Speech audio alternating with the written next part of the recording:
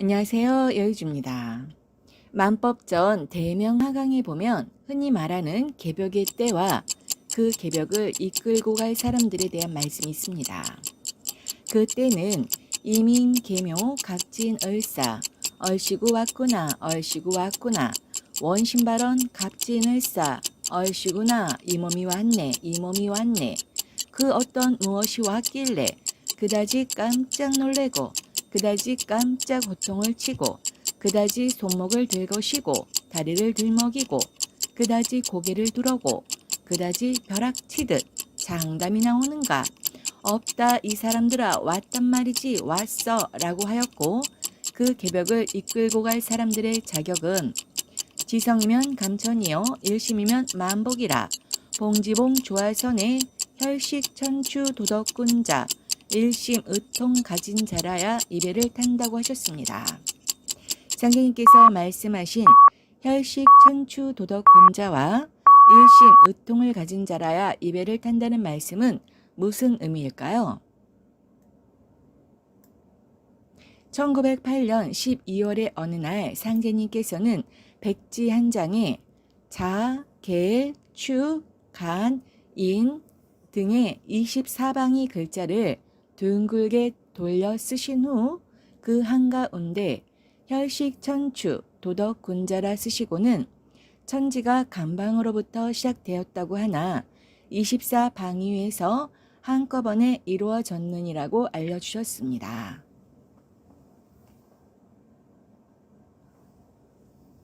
주역의 19설계 전에 이르기를 가는 동북방의 개인이라 만물이 여기에서 마침을 이루고 여기에서 시작함을 이루느니라. 그러므로 간에서 이룬다고 하느니라 고 하였습니다.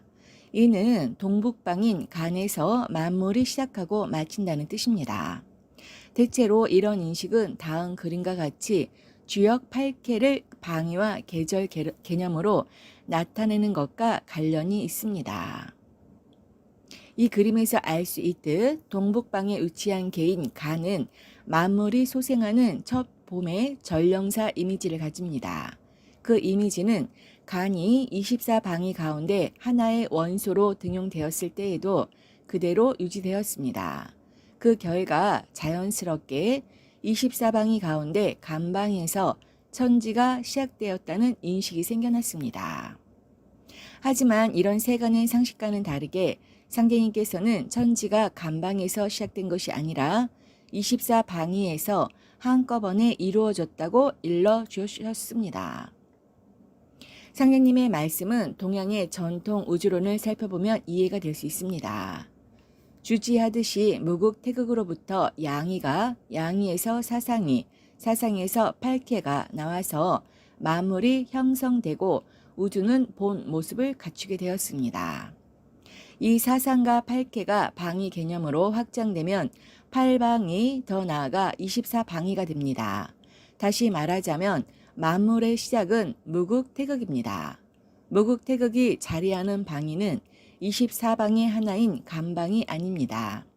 무국태극의 활동 이후에야 24방위가 생성되었기 때문에 무국태극은 24방위의 어느 한 방위가 될 수 없습니다. 더구나 엄밀히 말해서 무국태극은 24방위의 중심이라고도 볼 수 없습니다. 24방위의 중심이라는 말은 이미 24방위가 있다는 것을 전제해야 성립되는 개념이기 때문입니다.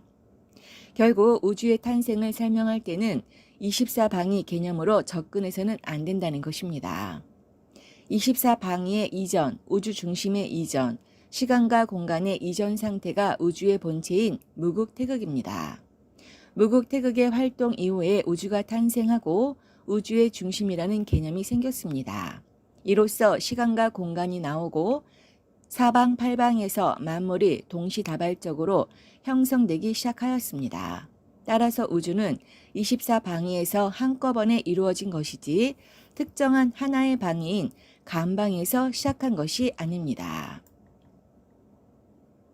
상계님께서 100년 전에 말씀해 주신 우주의 탄생 과정은 현대과학이 말하는 우주 탄생 이론과도 유사하다는 점에서 주목됩니다.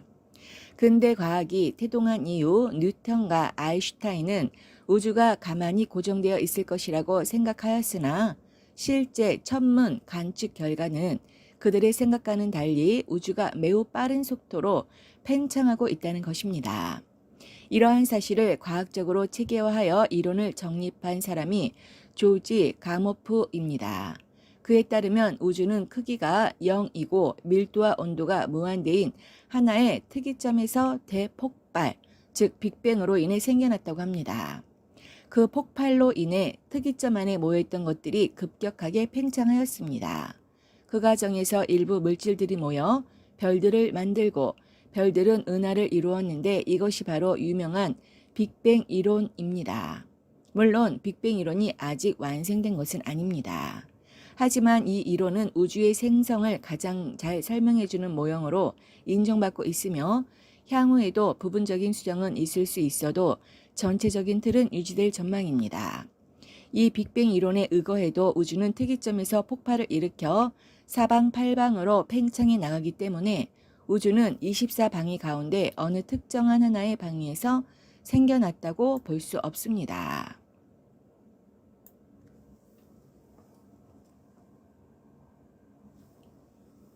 이어서 상계님께서는 종도들에게 이것이 남조선 백길이니라. 혈식 천추 도덕군자가 배를 몰고 전명숙이 도사공이 되니라. 그 군자신이 천추혈식하여 만인의 취향을 받음은 모두 일심에 있나니라. 그러므로 일심을 가진 자가 아니면 이 배를 타지 못하리라는 가르침을 내리셨습니다.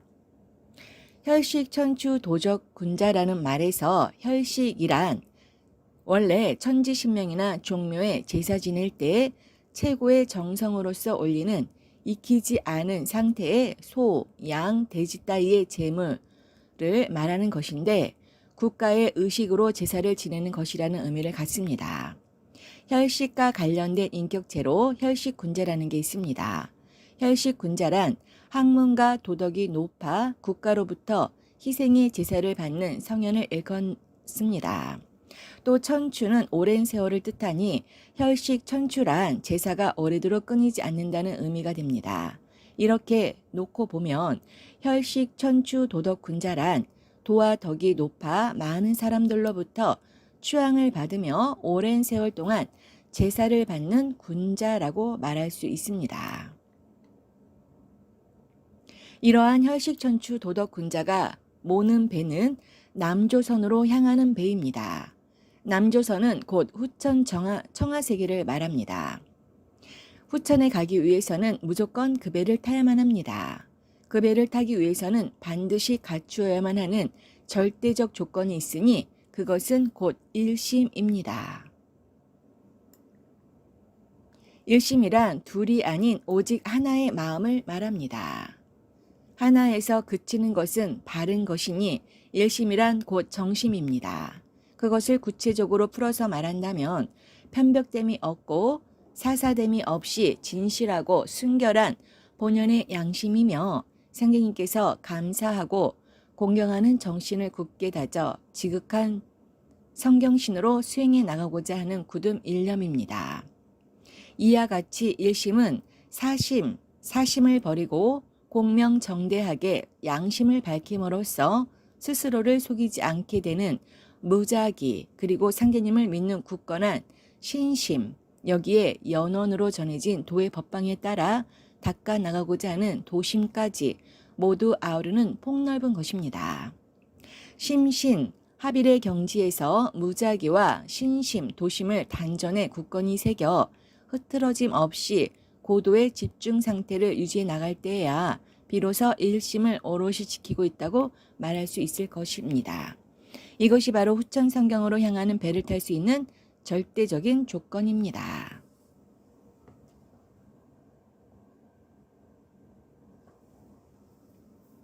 오직 일심을 지니고 있어야 만이 후천을 기약할 수 있으니 상계님께서 인간의 복록은 내가 맡아 쓰나 맡겨줄 곳이 없어 하니로다. 이는 일심을 가진 자가 없는 까닭이라.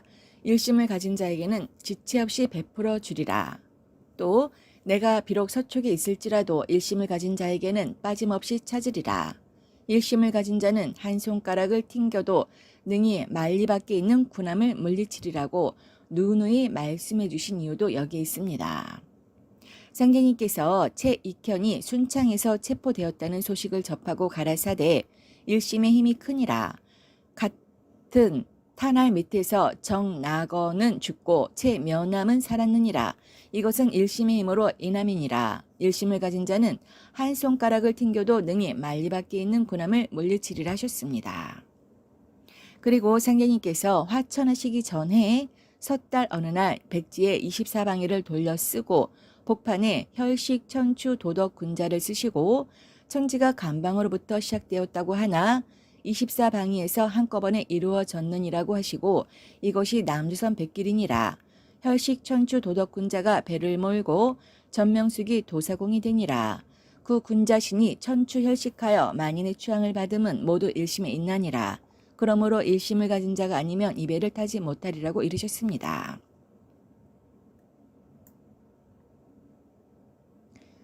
이 구절에서 보듯 같은 탄알 밑에서 일심을 가진 체이커는 살았고 그렇지 못한 정나거는 죽었다. 상제님께서는 두 사람의 생사를 가름한 기준이 다름 아닌 일심의 유무에 있었음을 밝혀주셨습니다. 그리고 일심을 가진 자는 한 손가락을 튕겨도 능히 만리 밖의 군함을 물리칠 수 있으며 마음 먹은 대로 유시되는 것 또한 일심이라고 하셨습니다. 이러한 일심을 가진 사람만이 혈식 천추 도덕군자가 되어 상제님께서 마련해 놓으신 남조선 배를 타고 천지공사에 참여하여 지상낙원에 이를 수 있습니다. 다음은 두 마음에 대해 상제님께서 언급하신 구절을 살펴보도록 하겠습니다. 상제님께서 하루는 공호를 데리시고 어디를 가실 때 공호에게 우산을 사서 들게 하셨도다.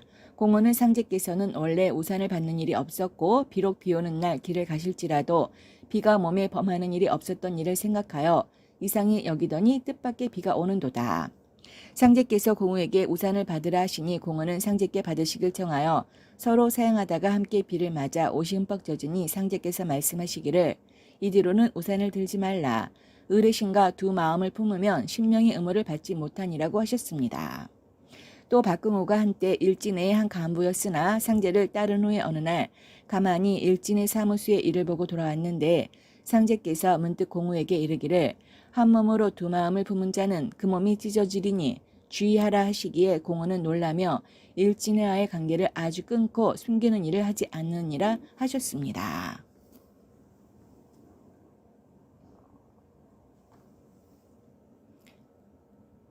위에 구절을 보면 수도인이 남에게 의지하는 마음과 두 마음을 품으면 신명의 의무를 받지 못한다는 사실을 알 수 있습니다. 비록 내 몸이 상대님 곁에 있더라도 마음으로는 다른 대상의 뜻을 둔 채 진심으로 상대님을 믿고 따르지 못한다면 자신의 몸이 찢어지게 된다는 엄중한 경고도 하셨습니다. 남의 신하로서 다른 임금을 생각하는 것 또한 두 가지로 분열된 마음이며 역심이라고 하셨습니다. 이처럼 일심과 달리 두 마음은 진리에 지극한 신명을 자신에게서 멀어지게 하고 상대님의 뜻을 저버리게 하여 결국 그 형벌을 몸으로 받게 됨을 확연히 깨달을 수 있을 것입니다. 상제님께서 말씀하신 일심과 두 마음의 예를 살펴보았는데 일심은 오직 순수하고 진실한 하나의 마음이며 두 마음은 분열된 마음으로서 자신의 마음을 속이는 것이라고 할 수 있습니다. 인간의 모든 제약의 근원은 바로 마음을 속이는 데서 비롯됩니다. 그래서 자기가 자기를 속이는 것은 자신을 버리는 것이요 마음을 속이는 것은 신을 속임이라고 하였으니 신을 속이는 것은 곧 하늘을 속임이 되는 것이니 어느 곳에 용납되겠는가 깊이 생각하라 하셨습니다. 상제님께서는 특히 일심을 강조하시며 수도인이 궁극적으로 추구해야 할 바라고 하셨는데 이 일심이 가지는 종교적 함의에 대해 동양 철학의 주요 경전들을 통해 생각해 볼 수 있습니다. 주역의 계사상전을 보면 태극에서 양이가 나오고 양이에서 사상이 나오고 사상에서 팔개가 나온다고 하였습니다. 이를 숫자로 비유해 보면 태극인 1에서 2가 나오고 2에서 4가 나오며 4에서 8이 나오는데 흔히 이를 일생이법이라고 합니다. 또 총 81자에 한자로 된 천부경에는 일시무시 일에서 시작해 일종무종일로 끝납니다. 즉 모든 이치와 만물이 하나에서 비롯하여 다시 하나로 끝난다는 뜻입니다.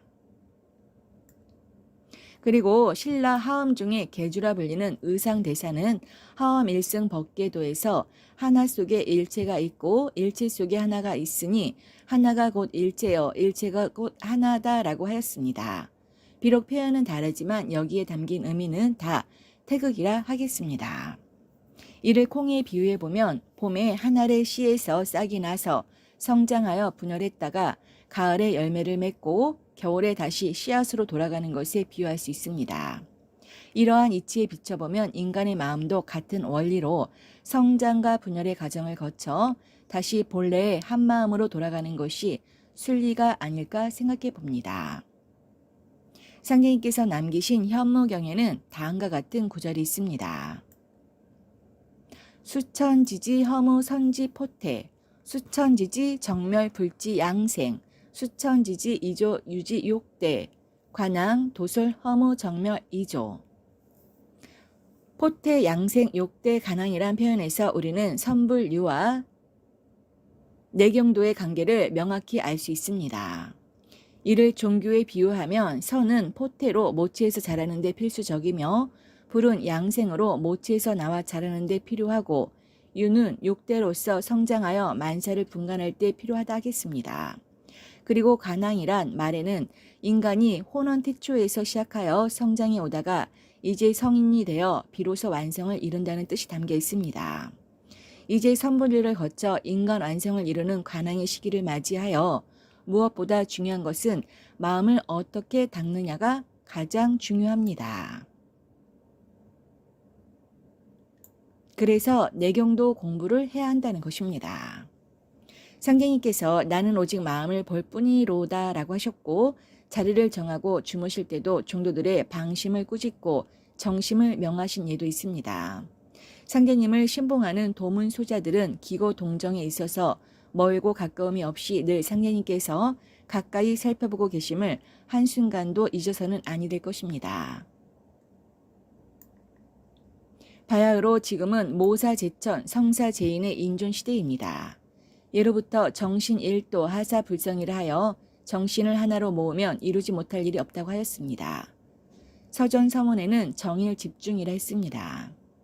상경님께서도 인간의 복록은 내가 맡았으나 맡겨줄 곳이 없어 하니라 하시며 이는 일심을 가진 자가 없는 까닭이며 일심을 가진 자에게는 지체 없이 베풀어 주리라고 하셨습니다.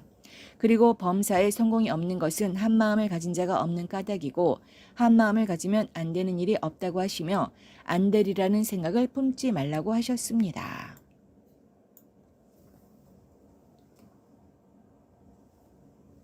서전서문에서 유추되듯이 방면 수도인들이 화합 단결하여 한마음으로 사업이 되느냐 아니면 흩어지고 분열되어 사업이 안 되느냐의 척도는 바로 수도인들의 도심과 사심, 여하에 달려있다고 해도 과언이 아닐 것입니다.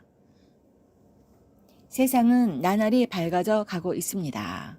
이 흐름에 맞춰 우리는 지난날의 과부족을 항상 돌아보고 더욱 바르게 상제님의 덕화를 선양해 나가야 합니다.